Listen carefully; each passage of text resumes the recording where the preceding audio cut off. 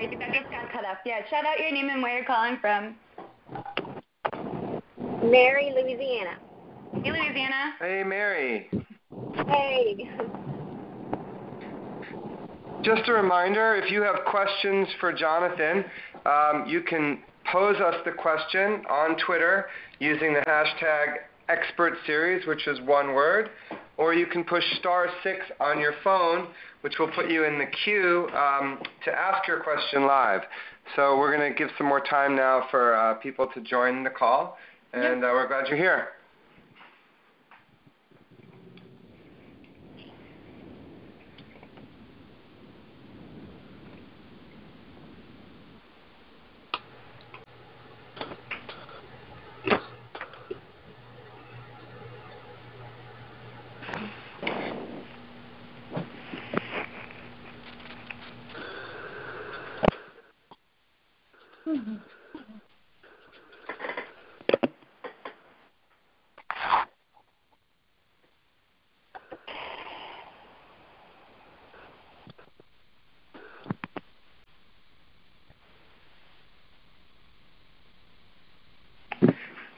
Hey, if you're just joining us, welcome to tonight's call. Go ahead and tell us your name and where you're from.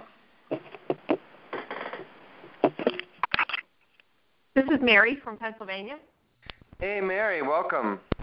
Thank you. It's also Mary from Northern California. Hey, Mary from Northern California. Welcome to tonight's call. Hi, it's Lori from Las Vegas. Hey, Lori, welcome. Hi, it's Tanya from Maryland. Hi, Tanya from Maryland. Welcome. Thank you. Hi, it's Sandra from Danbury, Connecticut. Hey, Sandra. Welcome. Thank you. It's always great hearing all the communities and different places people are calling from. We've had people from as far away as Australia and the Philippines. So it's always nice to, get a sense of, our community, and that folks really are coming from all over to take part and to learn about how to create safer schools and then make a difference in your community. So we're always very excited when you tell us where you're from. So if new folks have joined, go ahead and shout out your name and where you're from.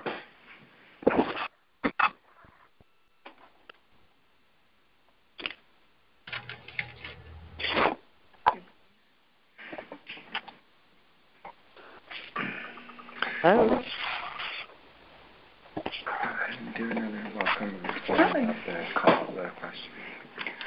Hi, everyone. My name is Melissa Newber. I'm the outreach coordinator here at the Bully Project. So we're just going to give everyone a couple more minutes to get on the line here. I know we're just at 7 here. So I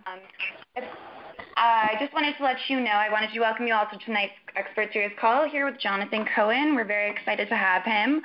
And I want to let you guys know just for right now, we'll open up for Q&A after Jonathan's finished speaking, and you can post your questions online when we open up for Q&A using or pressing *6 on your phone, or you can tweet us your questions using the hashtag #ExpertSeries. That's one word, so hashtag #ExpertSeries. And for all of those who just joined us, please shout out where you're calling from. My name is Kevin Waters. I'm calling from Camden, New Jersey. My name is Maida LaSalle, and I'm from St. Petersburg, Florida. Hi, welcome. Thanks. Yeah, so we're more and more.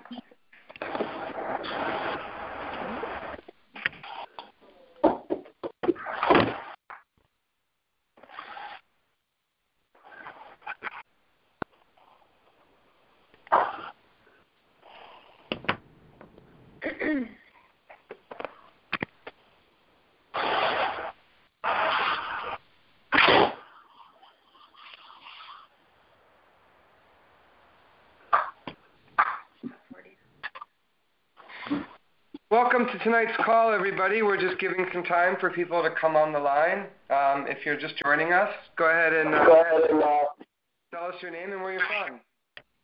Hi, I'm just joining. Welcome. I'm Where are Linda you from? Rourke from Homer, Alaska. All right, Alaska. Wow. Hey guys, I'm Martin Carson. I'm joining in from South Baltimore. Dakota. All right.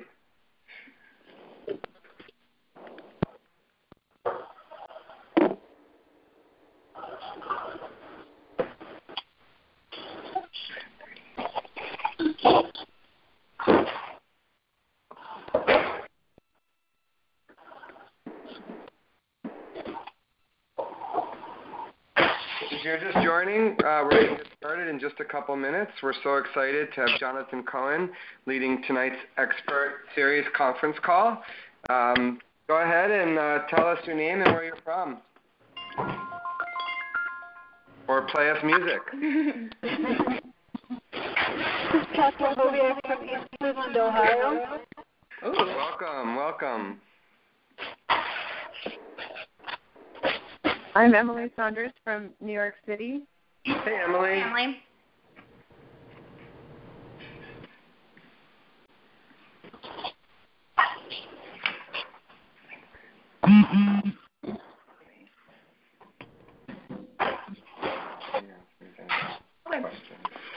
Hey everyone, so I just want to remind you that we will have a Q&A at the end of the call after Jonathan's finished speaking. So if you want to pose a question on the line, you can press *6 at that time. I'll open up for questions. Or you can tweet us your questions to John using the hashtag Expert Series. That's one word.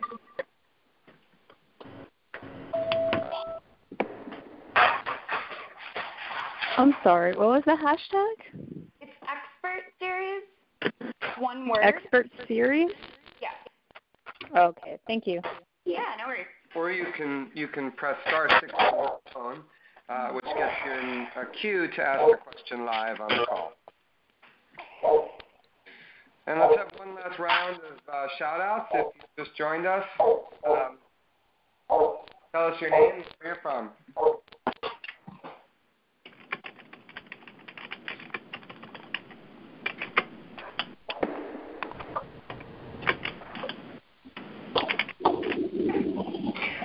Well, welcome tonight to everyone. I'm Melissa Newber. I'm the outreach coordinator here at the Bully Project. We are going to get started here in a second. I just want to let you know, I'm going to place all callers on mute now so we can hear, everyone can hear. But at the end of the, or after Jonathan is finished speaking, we will open up for Q&A.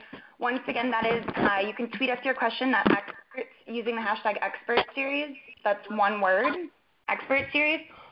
Or you can press *6 on your phone. So without further ado, I'm going to turn the floor over to Lee Hirsch, the Bully Project Director, who is going to announce. Thank you. Welcome. Hey everybody, it's great to be here tonight.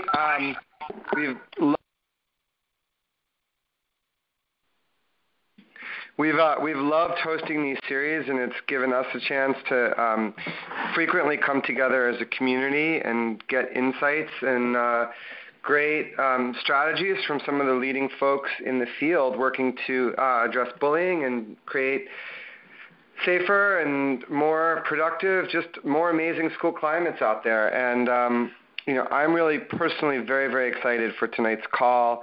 But before I introduce Jonathan, I also wanted to let folks know that we have just released our second revised edition of the Bully Project Educators DVD and Toolkit, which is now aligned to the Common Core, has many, many new resources, and is available on our website at www.thebullyproject.com. This is already now in over 8,500 schools, which we're so proud of. And hopefully, that is one of the many tools out there to, really work and address building and bringing the community together to make a change.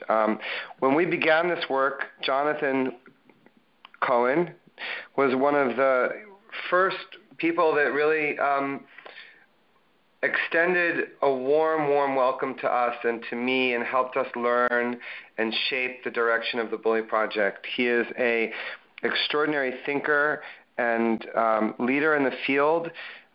He founded the National School Climate Center, I guess maybe co-founded the National School Climate Center, and I really also encourage you to visit their website, which is www.schoolclimate.org. So I am so happy that John, that you agreed to join us tonight. I'm just going to quickly read off some of the highlights of his resume, and then we'll turn it over to him.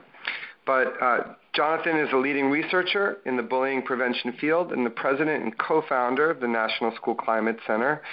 John has worked in and with K-12 schools for over 30 years as a teacher, program developer, school psychologist, consultant, psychoeducational diagnostician, and mental health provider. He's authored over 85 articles, chapters, and books. He is co-author of the recently published volume, Making Your School Safe, Strategies to Protect Children and Promote Learning. He's also adjunct professor in psychology and education at Teachers College, Columbia University, and a practicing clinical psychologist and psychoanalyst. Dr. Cohen has consulted to scores of schools, districts, and state departments of education, interested in furthering social, emotional, ethical, and academic education and positive school climate in America, China, Switzerland, Israel, and Scandinavia. And I'm sure that's just a tiny portion of all of the amazing work that he's done. So, Jonathan, thank you so much. And I'm going to turn the floor over to you for tonight's call. Thank you, Lee. And thank you, everybody, for being here. I want to just first appreciate Lee and all of the extraordinary work that you and your colleagues with the Bully Movie and the Bully Project have done. Your movie has really helped to make this public health crisis that, as we all know, for so many decades, people were just saying, this is boys being boys or girls being girls. Something that people began to wake up and say, holy mackerel, this is really not okay. This is toxic.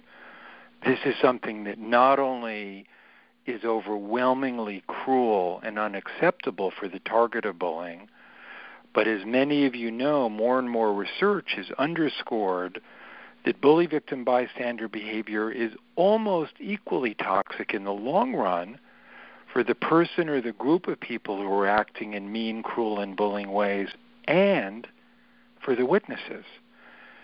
And your movie, Lee, has really put this on the national, in some ways in the international scene, in ways that I'm extraordinarily grateful for. Mostly what I want to focus on this evening is what helps. I do need and want to say a couple of initial very brief overview statements, and that is that what I'm going to describe in many ways grows out of our work, my colleagues' work at the National School Climate Center, who for over 15 years have been working with schools across America to help them understand what are their strengths and their needs in terms of the overall school climate, or how safe and supported and engaged and flourishing we feel as learners and teachers. We all know that as much focus as there is on reading, writing, and arithmetic, or now the Common Core, that how not just students, but teachers are feeling and thinking and behaving socially and emotionally and civically and ethically really creates a kind of climate for learning that either supports effective learning and teaching and healthy development or not. One of the major activities that our center has been involved with is helping schools measure school climate, or what do kids and parents and guardians and school personnel and even community members think about as our strengths and needs. And for over a decade, the major shocking but not shocking finding that keeps coming up again and again and again in the schools that we work with literally all across America is that parents and guardians and school personnel on the one hand say, sure, some kids don't feel so safe, but it's generally a mild issue, sometimes a moderately severe problem. But on the other hand, in a way that's extraordinarily upsetting to me, and important, students pretty darn consistently say they feel severely unsafe in schools. And that's one of the major reasons why NSCC, or the National School Climate Center, has over the years become more and more involved with what is effective bully prevention efforts. What I'm going to describe shortly also very importantly grows out of now an 18-month partnership with 4 other colleagues. Dorothy Espelage, who some of you heard a few weeks ago on this webinar, major national, international bully prevention expert. A wonderful fellow named Marvin Berkowitz, who, as some of you know, is a major leader in the character education world. Stuart Twemlow, who was one of the first 2 people 25 years ago to independently come up with a profound insight that bullying is never an individual act. That although an individual or group may be acting in a really mean, unacceptable bullying ways, that there's virtually always a witness. There are other kids and or adults who hear or see or know about this, and we all, consciously or not, make decisions to either literally or figuratively walk on by, what we call bystanders, or on the other hand, in the best sense of the word, to struggle with what does it mean to be socially responsible, or what we call being an upstander. And finally, Jim Comer, who some of you know from the Yale Child Study Center, and Jim, I really think, is one of the grandfathers of social emotional learning and school climate reform. And we've been working together for about 18 months on this whole profound question of what is effective bully prevention efforts. We know, as you've heard from past series, that instructional efforts alone, that short-term efforts, that fragmented efforts, which are the norm, and even programs, even quote-unquote research-based programs like the Olveus program, tend to have very minimal helpful effects. That's terrible, because we know as a nation that bully victim bystander behavior is literally toxic. It literally undermines kids' ability to learn, teachers' ability to teach, and students' abilities to develop in effective ways. So what does help? I'm going to first talk very briefly about 3 essential sets of understandings, and then I'm going to talk about 5 essential processes that I believe, and my colleagues at NSCC, as well as Dorothy and Marvin, Stuart and Jim believe, shape effective bully prevention efforts. I often think about the following idea, that our understandings or misunderstandings always shape our goals, and goals drive our behavior. When we delineate goals, then we need to think about what kind of strategies or pedagogies or interventions are going to help us to actualize those goals. And then we need to evaluate to what extent have these strategies, pedagogies worked and or not worked. On one level, this is the old-fashioned problem-solving cycle. But here's 3, what I would suggest, essential understandings that I invite you to think about very critically. In what ways do you agree and or differ with what I'm going to say now? Because our understandings are really the foundation for everything we do. The first essential understanding that I would suggest is worth our really thinking about is the following: that promoting the healthy development of students and school communities needs to be our goal rather than a more narrow, behaviorally focused focus on preventing problems. PBIS is an example of the latter. PBIS, Positive Behavioral Intervention and Support, is a behavioral focus on how can we prevent problems. And I believe, my colleagues and friends Jim and Marvin disagree with me, but I believe that PBIS and comprehensive school climate reform, what I'm going to be talking about in a moment, are complementary. But they're really different. And my understanding is that one of the essential foundations of effective bully prevention efforts is that students, parents and guardians, school personnel, and even community members are all learning and working together to promote students' healthy development. That's a big idea, and as I hope we'll be able to talk about later, I invite you to really grapple with that. Do you agree with that? Do you disagree with that? Do you have mixed feelings about that? Secondly, my understanding and my colleagues' understanding is that effective bully prevention efforts are based on comprehensive school climate improvement efforts that I'm going to detail in a couple of minutes, rather than targeted approaches. Most schools in America today have targeted approaches. They have a short-term curriculum. They have a bully prevention program in their school, which is well-intentioned. It may be important as a component of a more comprehensive effort. My understanding is the research says this doesn't do much. And finally, overlapping with what I was just talking about vis-a-vis Stuart Twemlow and also Ron Slaby, who was the first person to really talk about this, bullying is fundamentally a social process. It's not simply an individual problem. There is always witnesses. And how we as a community react or don't react as upstanders or bystanders to mean, cruel, and behavior is going to profoundly shape how much or how little mean, cruel, and bullying behavior is going on in your school.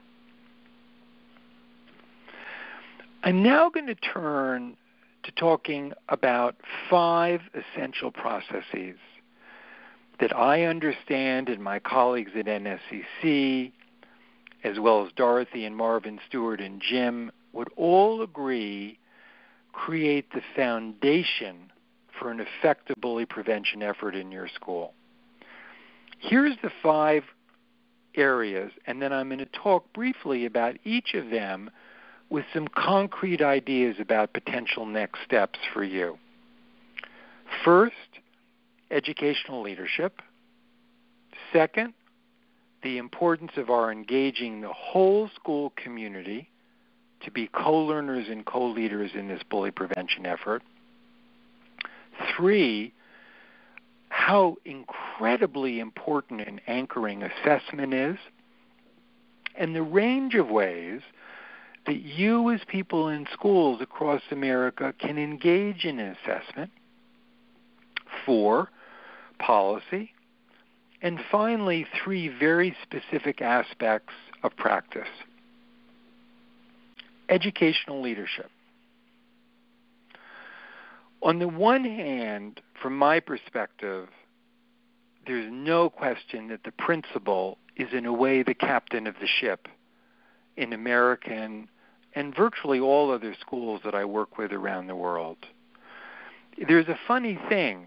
We know that if the principal is a total dictator, nobody follows him or her. So the principal, we know from a great deal of school reform research, has to lead in a democratically informed way, but they are the captain of the ship.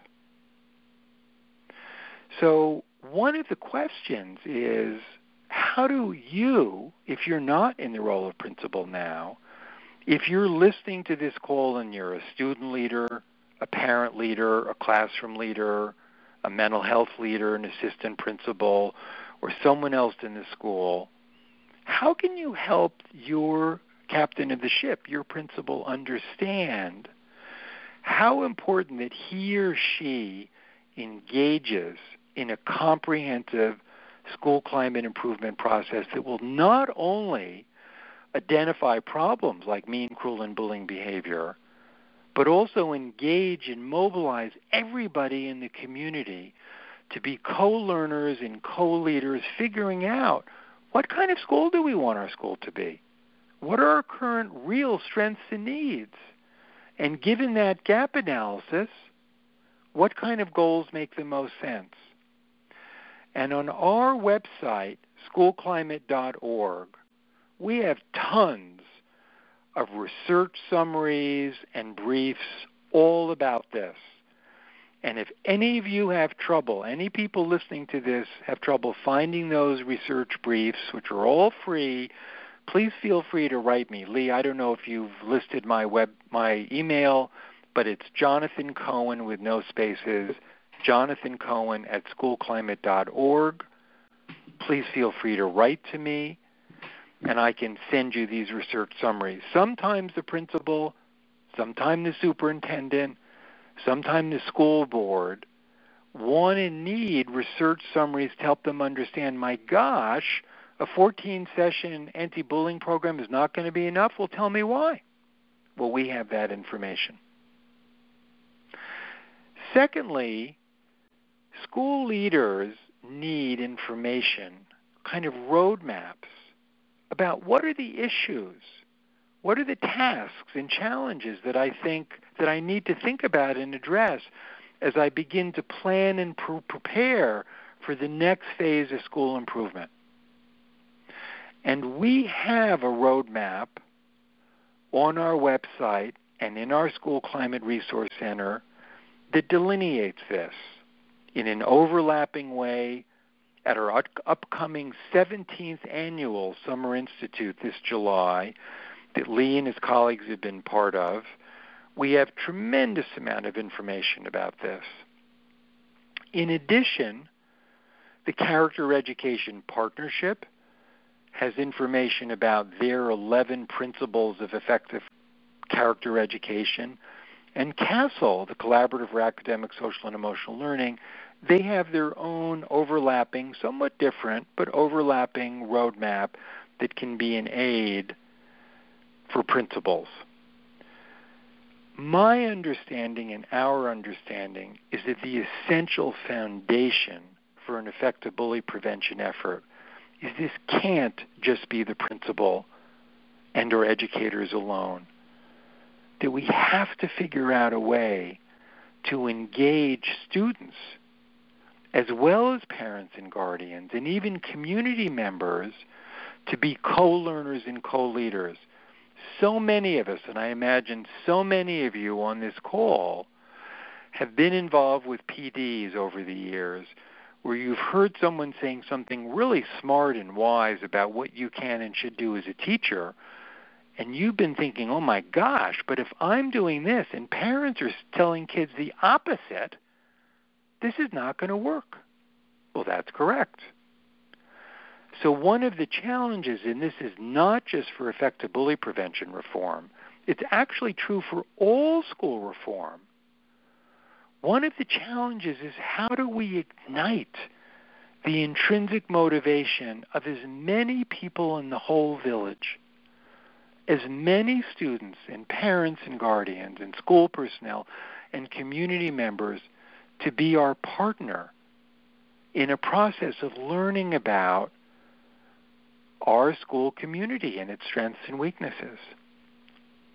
As some of you may know, NSCC has an extraordinary set of free resources that support student engagement in our Upstander Alliance. If you Google Upstander Alliance, you're going to see all kinds of resources, guidelines, video clips that kids can use as a springboard for conversation and advisory in whole school assemblies and more, experiences that kids across America have tried that have worked and or not worked. And one of our goals, and I would very, very much value your help in our furthering this work, is to engage youth across America to be co-learners and co-teachers and co-leaders together. So leadership is not just about the principal and teachers. Leadership is also about how do we engage students and also parents and guardians and even community members to be partners with educators in thinking about these three essential questions, which is really the foundation for school climate standards and school climate improvement. What kind of school do we want our school to be? What's our current reality, our current strengths and needs? And given this gap analysis between our strengths and our needs, what kind of goals can and should we all work on together? Well, we know, and this is shocking and upsetting, that the single most common finding, as I mentioned earlier, is that kids feel so much less safe than adults typically realize. So that typically across America and actually around the world, the most important school climate improvement goal is making our schools safe, and not just physically, but socially and emotionally and ethically. In an overlapping way, and I've really been talking about this in a variety of ways, a second essential process is engaging the whole school community. You know, principals and teachers often say, I can't do this alone. The school, the larger community really needs to help. And that's a truth. That's a truth that so much research has confirmed it's not funny. It's not funny because principals and superintendents across America talk about this all the time. But the major ways that principals and superintendents ask for help from the community is to ask for money. Well, that may be a meaningful ask. However, there's so many more ways that community members from the faith-based community, from law enforcement, from local civic and political leaders, from local media, from old age homes, from arts educations that work with youth, and many more, there's so many ways that they can support the school's improvement goals, which I'll be talking about in a little bit. I'm not going to talk about this too much right now, but I want to mention that in addition to our school climate improvement roadmap and the School Climate Resource Center, which is an extraordinary web-based resource that if you Google SCRC or School Climate Resource Center, you can learn more about that. There's also overlapping and very helpful guidelines and information from the Coalition for Community Schools and from ASCD's Whole Child and Whole School efforts. In fact, ASCD and the Coalition are both partners to and with NSCC in a variety of projects that we're involved with, and they both have wonderful, important, concrete sets of resources. A third critical dimension is assessment. Public education has followed medicine and business. And as we often say, if it ain't measured, it doesn't count. We need to recognize how students and parents and guardians, school personnel, and even community voice is articulating thoughts and feelings about our school's strengths and weaknesses. I think it's helpful to think about the four following kinds of metrics. And I'll say a little bit about each of these: readiness evaluations, comprehensive school climate inventories, community evaluations, and process evaluations. Most people, when they think about school climate measurement, they think about comprehensive school climate measures that recognizes how do students, parents and guardians, and school personnel feel, for example, about how safe do people feel, how interpersonally connected do people feel, how engaged are students in learning and teachers in teaching, and a number of different aspects of the environment. And that certainly is a fundamentally important school climate metric. It's one that many of you may know. The U.S. Department of Education 3 years ago supported 11 states in their Safe and Supportive Schools grants program, developing statewide school climate metric systems. President Obama and Education Chief Arne Duncan had hoped to be able to allocate funds to any other states that wanted to create these statewide metric systems, which I think would have been a tremendous advance. Unfortunately, Republican-Democratic battles resulted in a great deal of the Department of Education's budget being literally gutted, and they've been unable to offer these funds to other states. There are 3 independent evaluations of current school climate surveys, and we have that on our website. And again, if any of you have trouble finding that, just write to me and I can send those to you. Lee and the Bully Project have put together recently a wonderful compendium of valid and reliable surveys, assessments, and scales of school climate, which has information about some of these scales and also wonderful condensed versions of different kind of school climate surveys that have come out of the Harvard Graduate School of Education and our center, as well as others. It's also, I would suggest, really useful for principals and their leadership teams to consider utilizing a readiness assessment. And one of the things that you'll see in the Bully Project's compendium of resources is a condensed version of our readiness assessment. We have a much longer version in our School Climate Resource Center, but it's always helpful when you're thinking about taking a journey. And any kind of improvement effort is a journey. But think about if you're going on a long canoeing trip or a hiking trip, it's always smart to kind of take a step back and think, how ready am I to do this? Do I know kind of where I'm going? Do I have the resources I need? Do I have the other people coming with me if I feel like I need other people coming with me?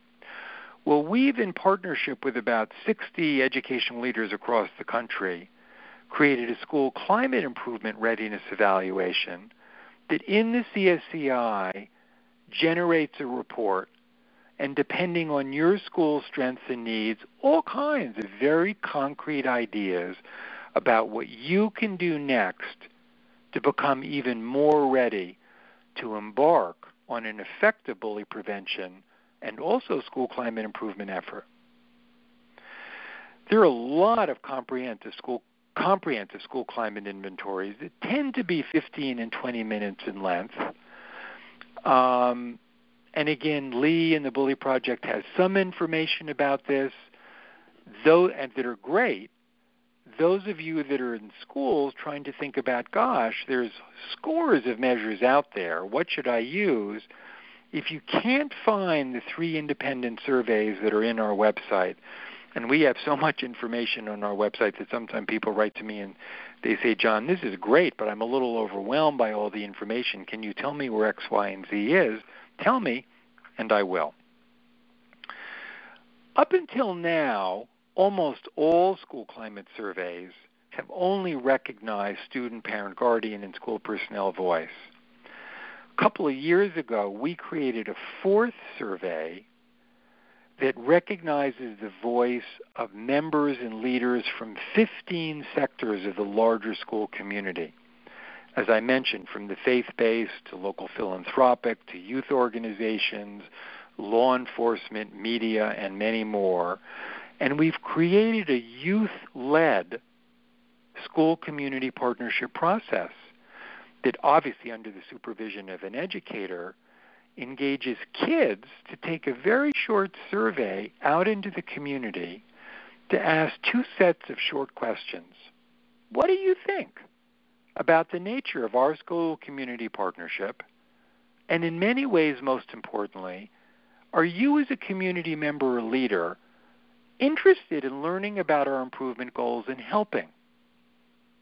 Well, imagine for a moment how exciting it could be if local priests and rabbis and people from the Muslim community, if local media people and law enforcement community police folks and political leaders knew that bully victim bystander behavior was a major problem. They have a capacity to talk about the role of the witness and what does it mean to be socially responsible in our community, not to mention in history. So often, whether it was in the civil rights movement, during the Holocaust, I was actually reading the New York Times this morning, and there was a terrible story of an Asian man who had been beaten up by several people. And this man's daughters was saying, people kept walking by. No one helped. They were bystanders. We all know that in some ways, this is a wild thing to say, but I really think it's true, that part of the foundation for democracy is that people are paying attention to each other, that people are helping each other, that we really are only as strong as the weakest members of our community. Well, this community scale and youth-led school community partnership process supports not only meaningful school-home community partnerships, but it supports social responsibility. Finally, I think at this point, I think this is going to change shortly, but NSCC, our center, is probably the only center that has school climate process or end-of-stage assessments. I often say that sunsets are perfect, but people in schools are never perfect. I'm a clinical psychologist and a psychoanalyst, as Lee said earlier, so I'm sometimes fond of saying we're all nuts. Or in New York City, we say we're all mashuggy. That's Yiddish for a little nut with a lowercase n. And that's the truth. We all have problems. Now that is the truth. And hopefully your school's improvement efforts are going to be a continuous one, because we're never going to be perfect. And the important thing is, are we learning about what we're doing that's helpful and inadvertently not helpful? And that's why, in my mind and heart, these process measures are so important, because they're going to support principals in their leadership teams understanding, gosh, last time we went through this cycle, what did we do that really worked and what did we do that didn't work so well? 4, policy. As many of you know, in theory, research shapes policy and policy drives practice. When I say that, I often think about the fact that research has shown on highways and on smaller roads that when people drive more than 60 miles an hour or 35 miles an hour on a small road and there's an accident, a lot of death. When people drive under these speed limits, many more people live. So then we develop a policy, speeding laws. Those speeding laws are then actualized by law enforcement popping us, if we're driving too fast. Well, in the same way, policy drives educational practice. Today, one of the things that's really contributing to growing and tremendous interest in school climate improvement efforts is the 49 anti-bullying laws that were passed a few years ago when the media incorrectly and simplistically articulated the narrative that bullying kills. Bullying is terrible. But the truth is there are many people, many kids who are sadistically, horribly bullied who don't kill themselves, and some do. Anyway, this media resulted in 49 states passing anti-bullying laws, 2/3 of which will be predictably unhelpful, because all they do is they say at the state level, we need to do 2 things: identify the bully and punish the bully. We have over 20 years of research that says that zero tolerance, punitive methods of discipline, of reacting, hurt in the long run. They don't help. Our center, right now, we're very honored to have 2 attorneys and 1 civil rights expert who are on our staff working with a growing number of district-level leaders and state-level leaders to create helpful bully prevention policies and school climate policies. And if you're interested in that, you may be interested in looking at our 2nd annual Policy Institute this July. We also have lots and lots of policy briefings on our website. Again, if you have any trouble finding any of these, feel free to get in touch with me, and or I can get you in touch with our 2 attorneys and our civil rights expert, who are all really terrific and here to support socially just policies and practices. Finally, practice. Everything I've just said creates the context for practice. I would suggest there's not one thing we can do that's going to eradicate bullying. That's the bad news. The good news is that we know that when we're involved with 1, school-wide improvement efforts, 2, teaching and learning in particular ways that I'll describe in a moment, and also thinking about relationship and management practices, we can dramatically reduce bully victim bystander behavior. School-wide practices shape how people feel in schools. What are our norms? What are our expectations? What's measured? How do people just treat each other? What's normal? For example, in a lot of schools, unfortunately, this is very upsetting to me, but in a lot of schools, it's normal that if I'm walking by someone who's walking down the hallway crying, I just say to myself, it's not my problem. It's their problem. I'm too busy. I don't know what to do. In other schools that we work with, where students and parents and guardians and school personnel have intentionally thought about what kind of social norms do we want in our school. In other words, in contrast to what typically happens where central office writes a code of conduct and student rules, and at the end of August it's sent to kids and parents, and they have to supposedly read it and sign it, and then it becomes what I call a dead document. There are other schools where it's a more collaboratively, democratically informed process, which is the essence of an effective school climate improvement process.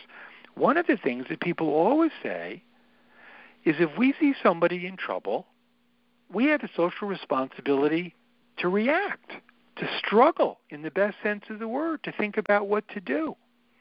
And that's not so simple. Stan Davis, in his wonderful national survey of students, has confirmed that in a lot of schools, that if a student walks up to a kid who's being a bully and says, stop doing that, it actually makes it worse. Now, our experience is that's not the case in schools that have worked on an effective bully prevention school climate improvement process for a couple of years. But this is complicated. There are a range of school-wide improvement efforts that shape the kind of climate for learning that we have.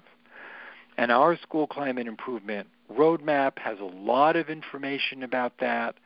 We also have a lot of information about that that's presented at our annual summer institutes and all the work that we do in schools across the country. Teaching and learning.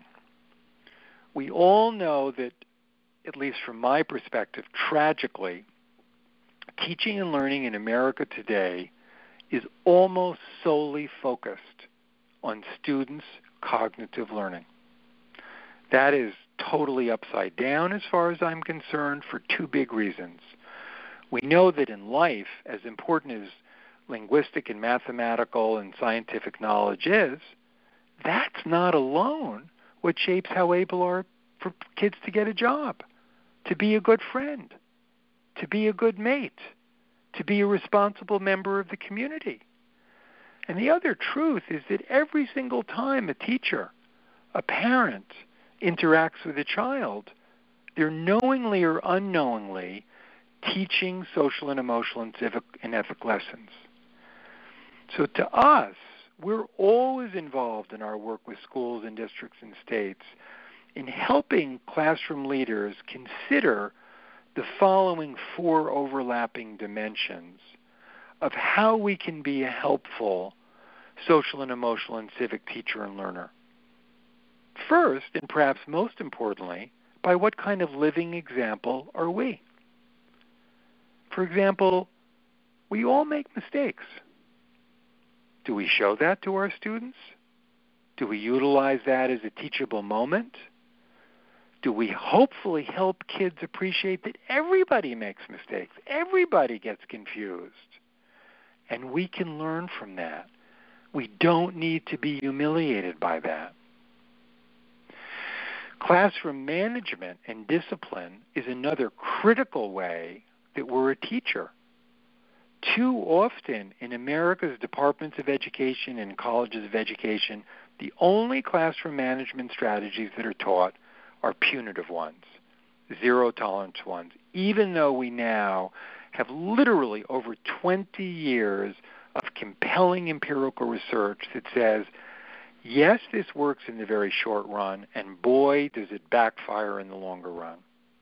Well, there are a variety of strategies of creating what some people call democratically informed classrooms or collaboratively led classrooms, obviously all under the final supervision, the direction of the teacher, who is the boss in the classroom, but a classroom management system that's based on student engagement.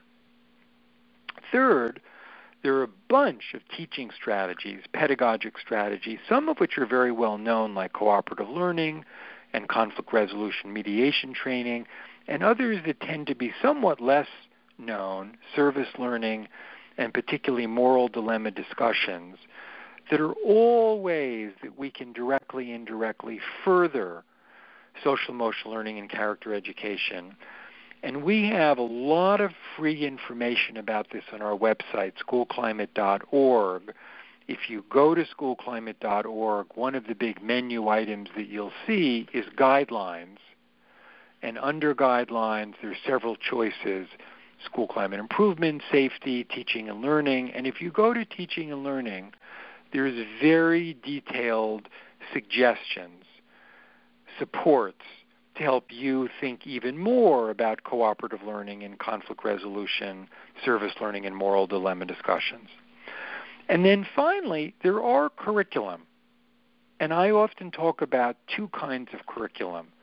Curriculum in a box, on the one hand, curriculum that's been found to be reliable and valid, whether it's Second Steps, which my colleague Dorothy Espelage has been studying for the last couple of years and finding very positive results as a helpful bully prevention effort, or Facing History in Ourselves, which is another very different kind of curriculum, I think an equally rich and wonderful curriculum that teachers are using in the States and around the world.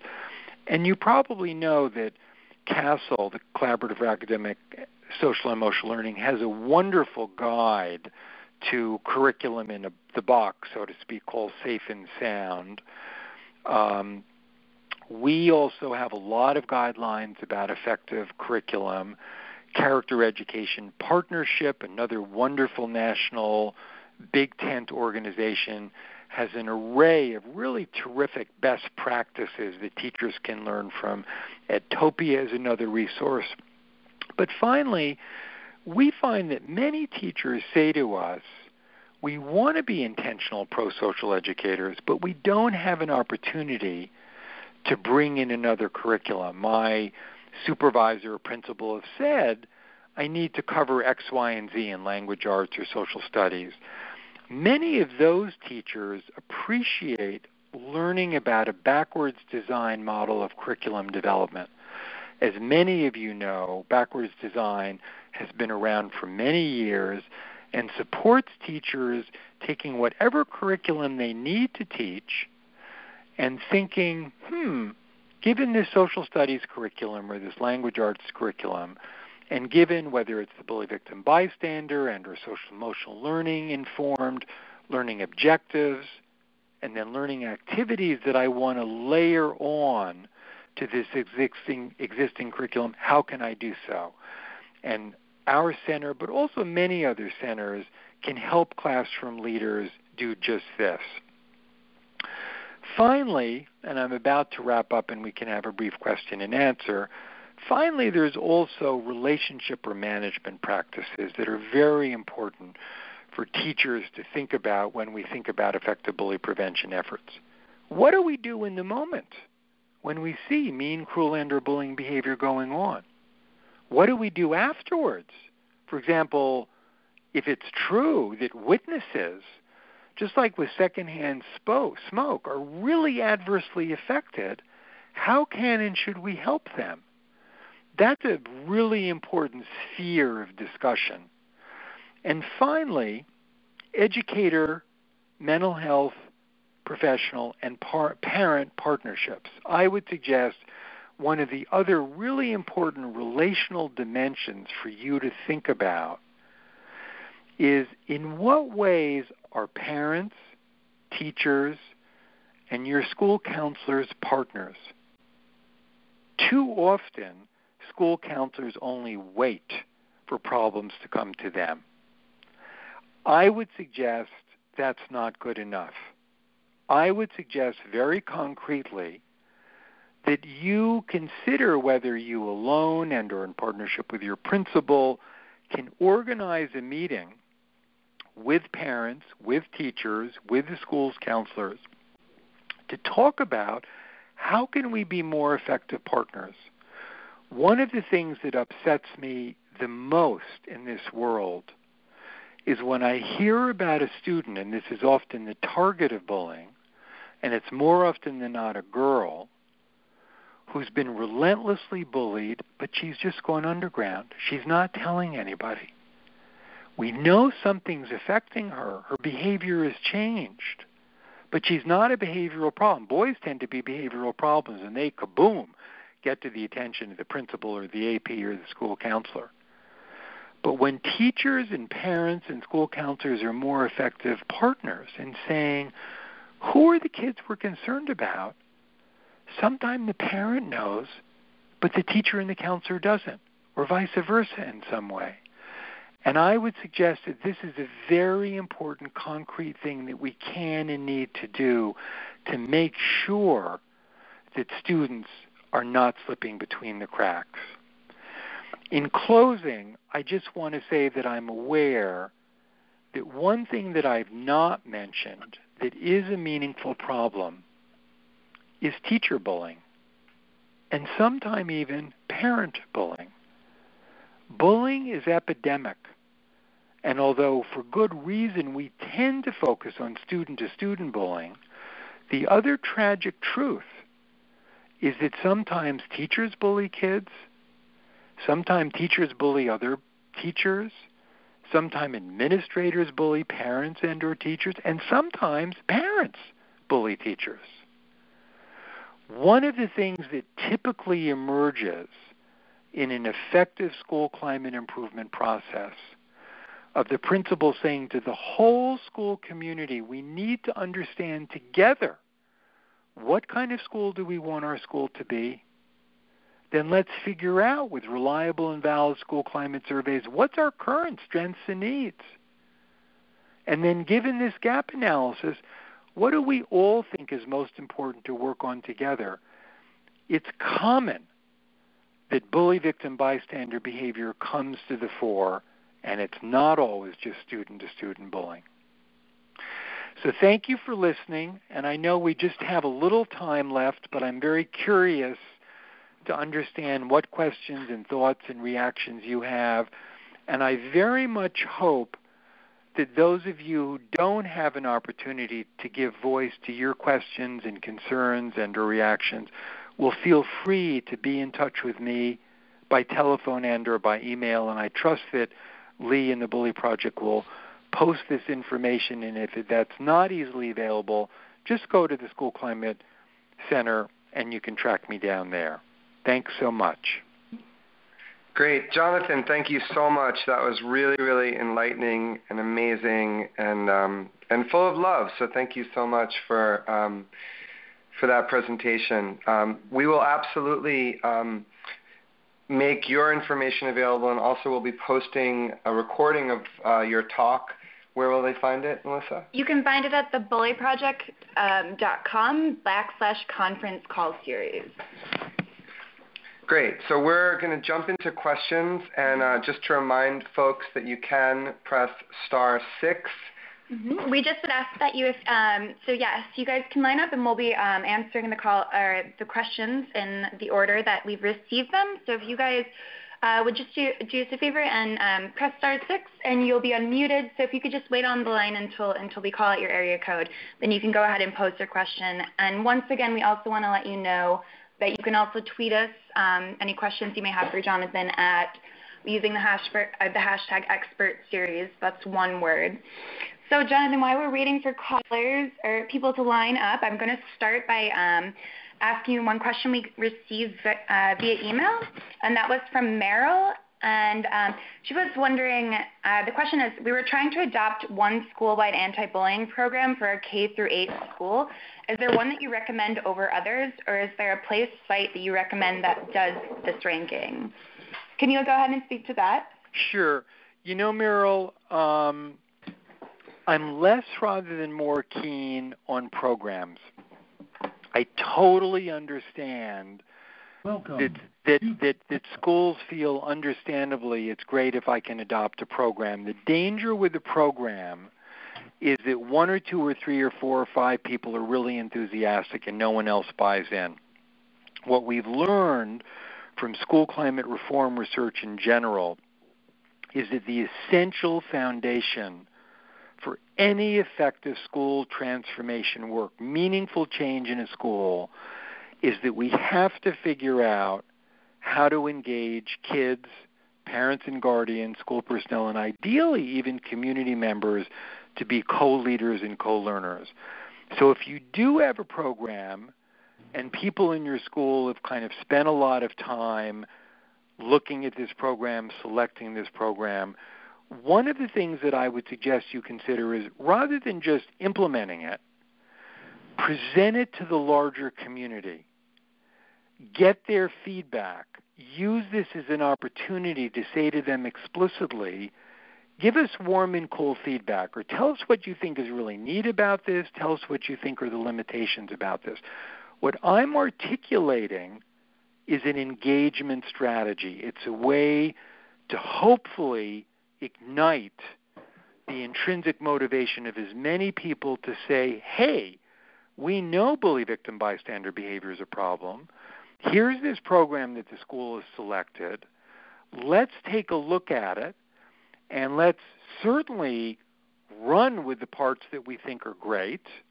But if there is some cool feedback, some criticisms, some concerns, then perhaps you and the other people who are co-leading this effort can think about, how do we helpfully respond to those concerns?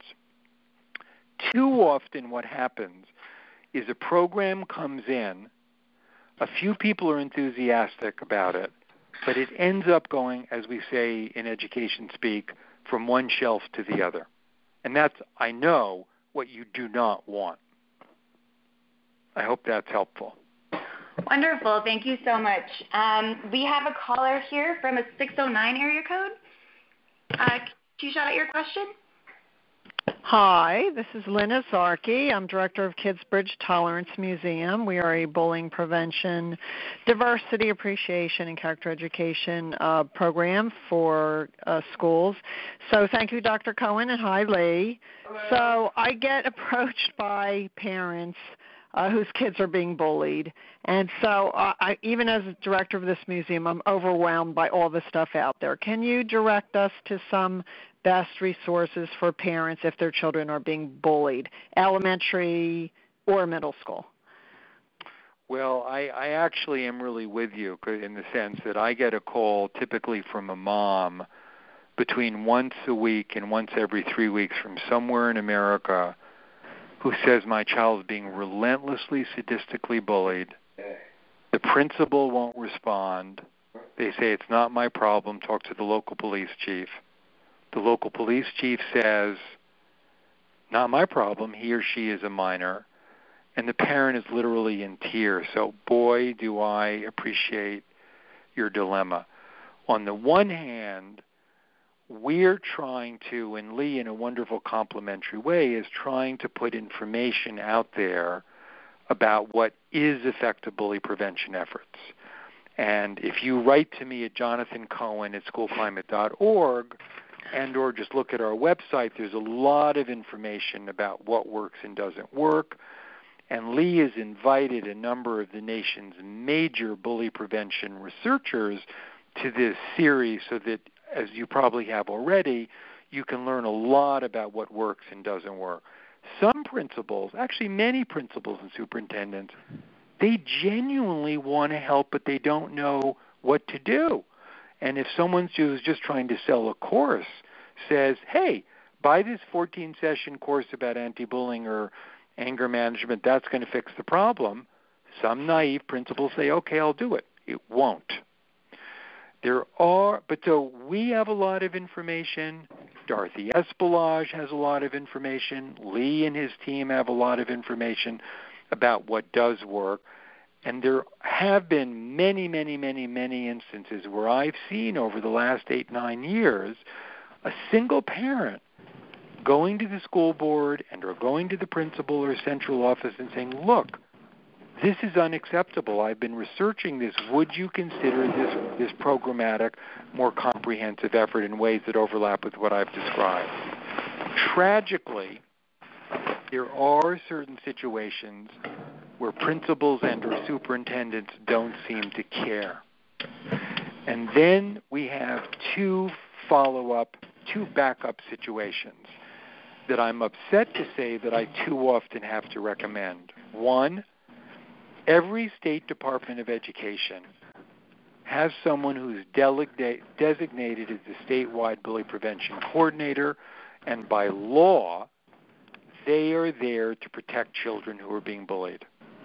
And they have authority over superintendents and principals. They can actually set in motion a whole civil rights complaint, which is a very big deal.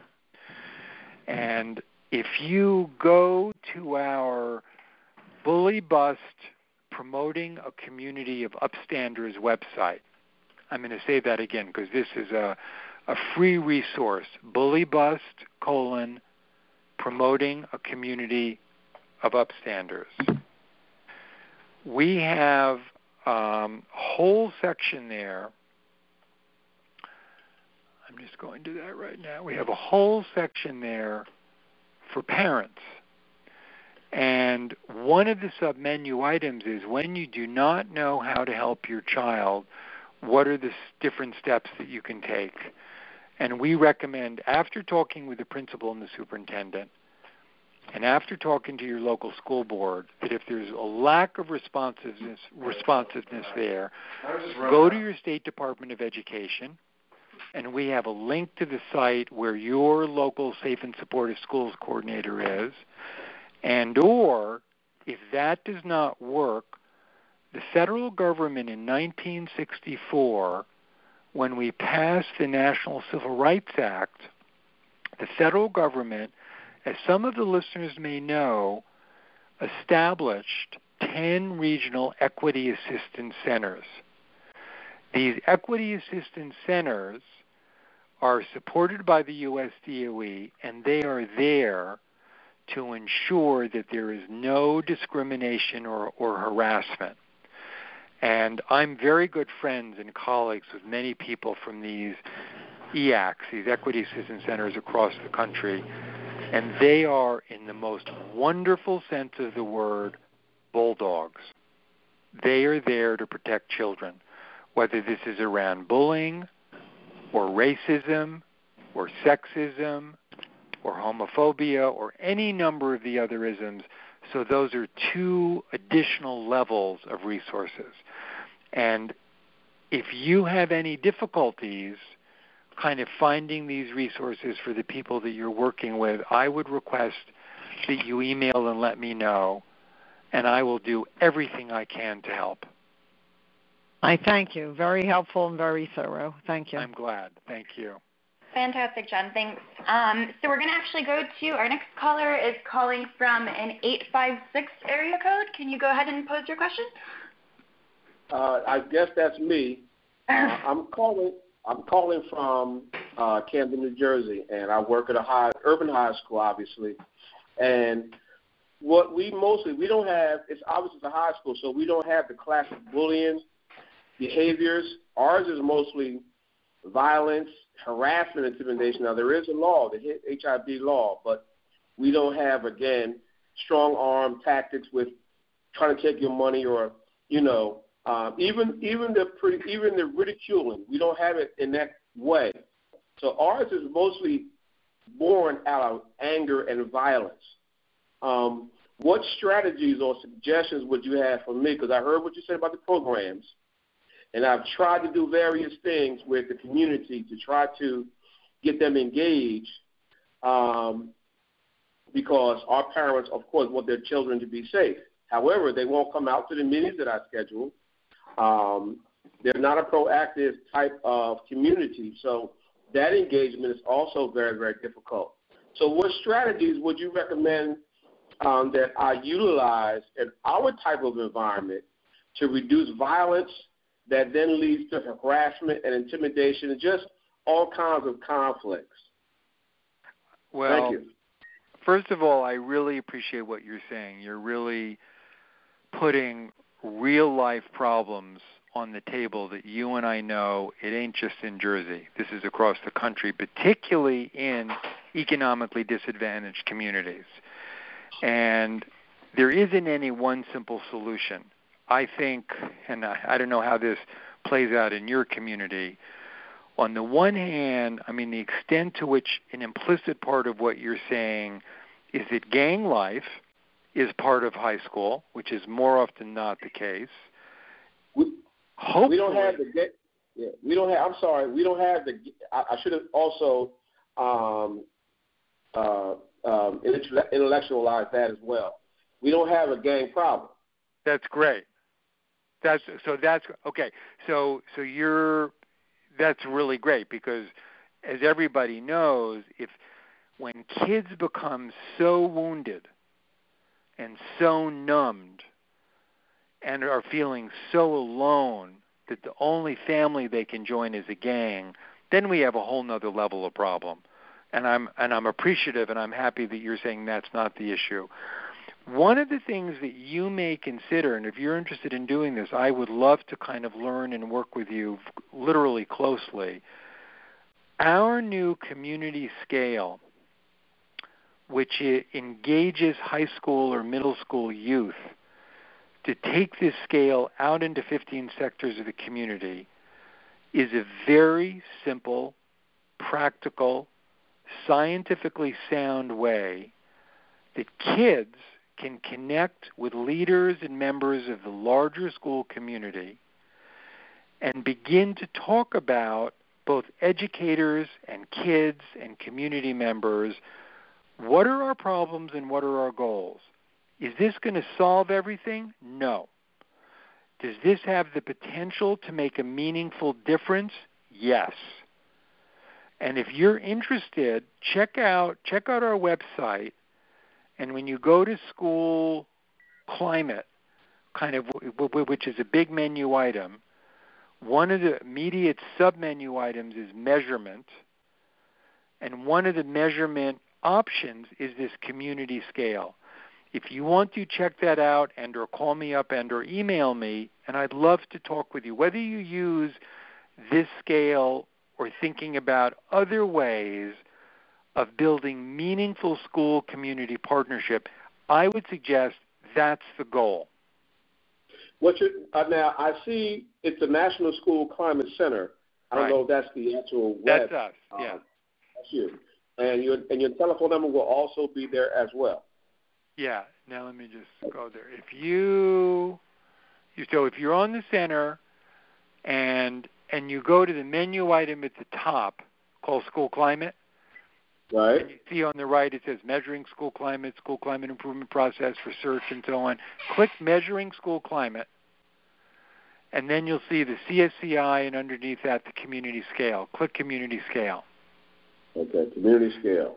Yeah, and you can either write to me at info@schoolclimate.org, or if you remember my name, just write Jonathan Cohen, no spaces, JONATHAN COHEN at schoolclimate.org, and we'll connect. At schoolclimate.org. Jonathan Cohen at schoolclimate.org. Okay. Great. Thank you so much for that. We're going to go to a caller calling from a 443 area code. Can you please ask your question? I think that's me. Can you hear me? Yes. I had to have it on mute. I'm trying to get 3 kids ready for bed while listening to this call, so I didn't want to subject you to that. I'm impressed. Yeah. Well, Jonathan, my name is Tanya O'Rourke, and I'm a parent educator in Maryland, and I've actually been working with the Bully Project for about 1.5 years. We have been screening the film, and in addition to that, my friend and I, who work on the issue together, have been offering parent workshops on empathy and social and emotional learning, cyberbullying and social media and things like that, in addition to screening the film. So we've actually recently been able to establish a leadership committee at the elementary school where my children go. And the leadership committee has parents, teachers, staff, administrators, and students. And it's really everything you've said tonight is so reassuring, because what we've been finding is we're making such great strides very quickly because we have kind of everybody informing the process. And so that's it's been the key. Tremendous. That's the key, that it's a whole community effort. Yes, and we've had a great response. The part we're having a problem with, and I'm hoping that you can help me answer or come up with a strategy, is that, the parents that typically are involved in this committee, the parents that are coming to our workshops, these are the parents typically that are on the right side of the issue anyhow.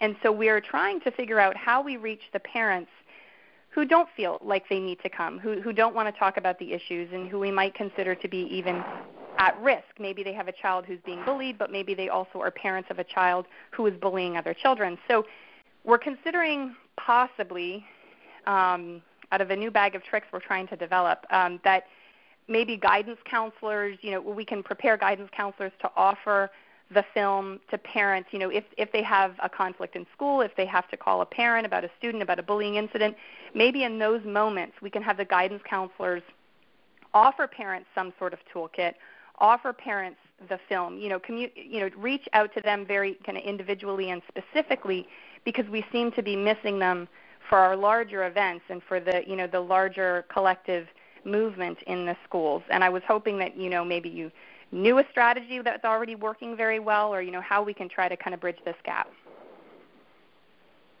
Well, on the one hand, I'm very appreciative of your goal, because it's impossible to engage everybody, all the students, all the parents and guardians, all the school personnel, and even the community members in this process, but we really want to try to reach and connect with as many as possible. And there isn't any one right or wrong way to do this.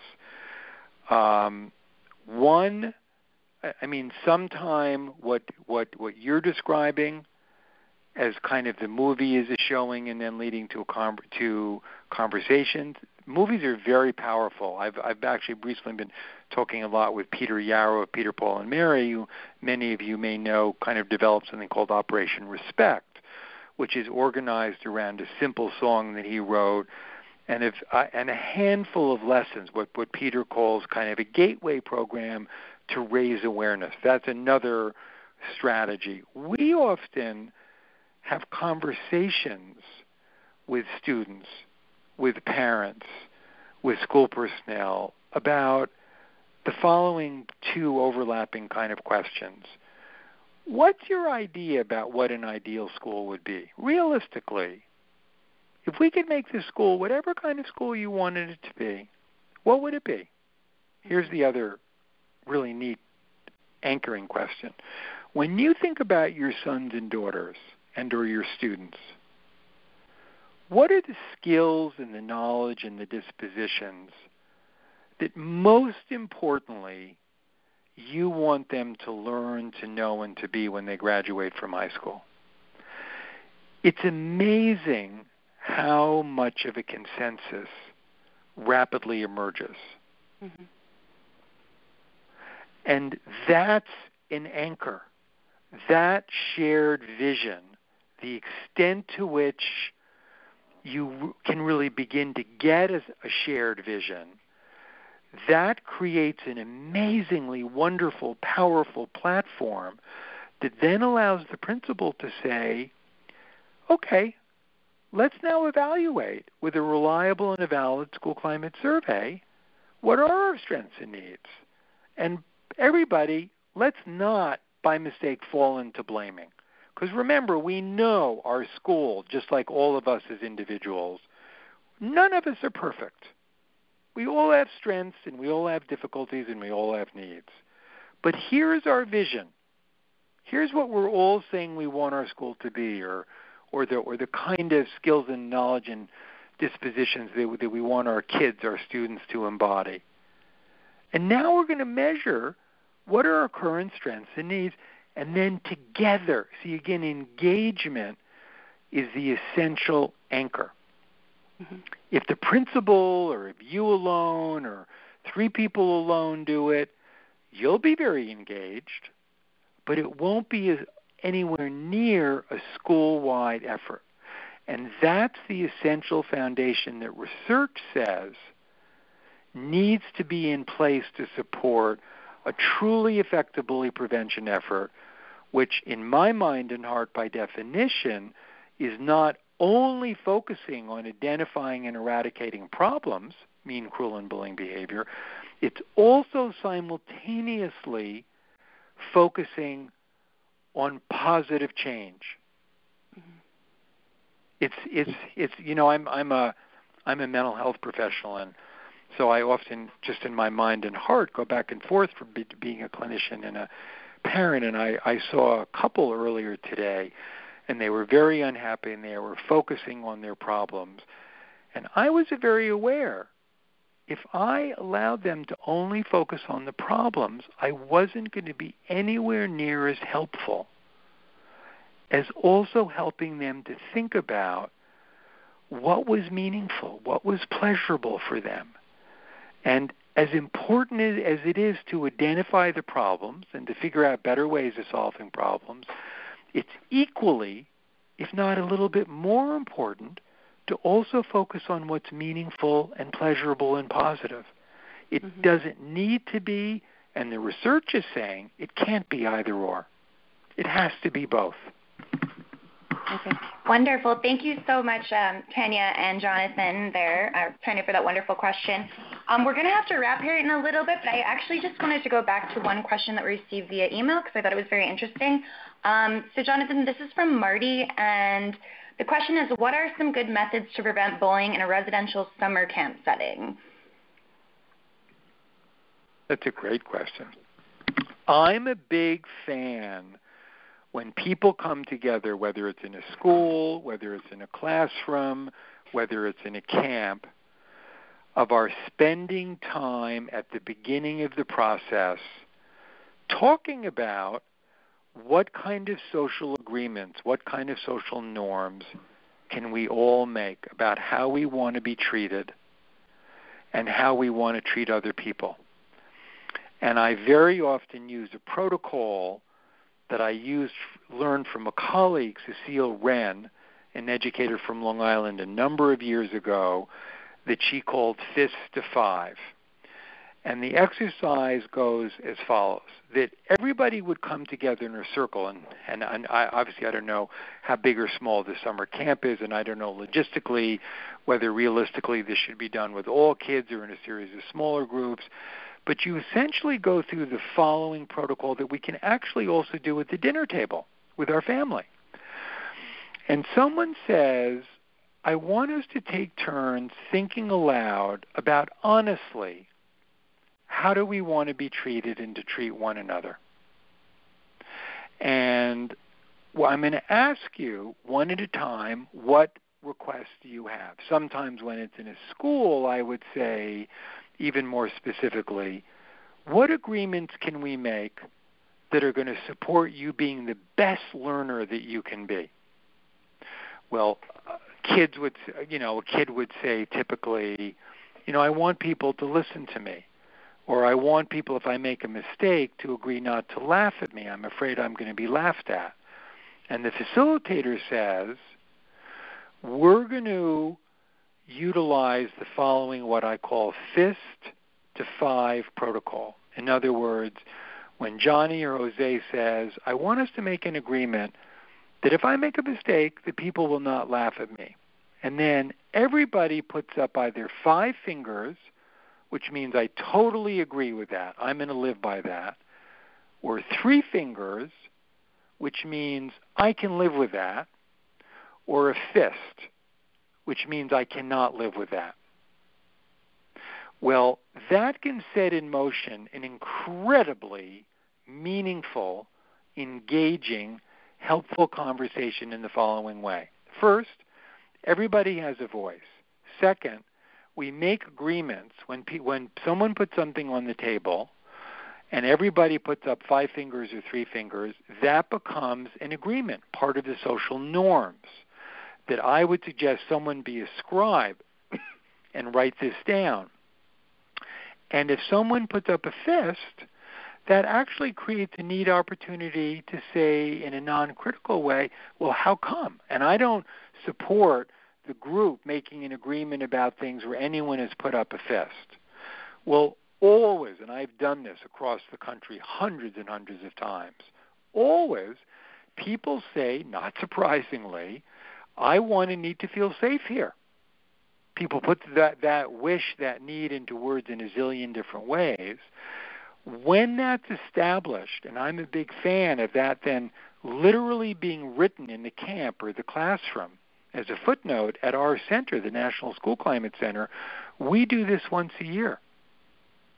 We spend about 3 weeks with our full-time staff, with our interns, our fellows, our associates, going through a very serious process, reviewing our social norms, which are on our website, making sure this feels right, and then it's posted literally on the wall. And if there's ever an instance, whether it's in camp, whether it's in NSCC, whether it's in your classroom in a school, where that doesn't happen, that becomes a teachable moment.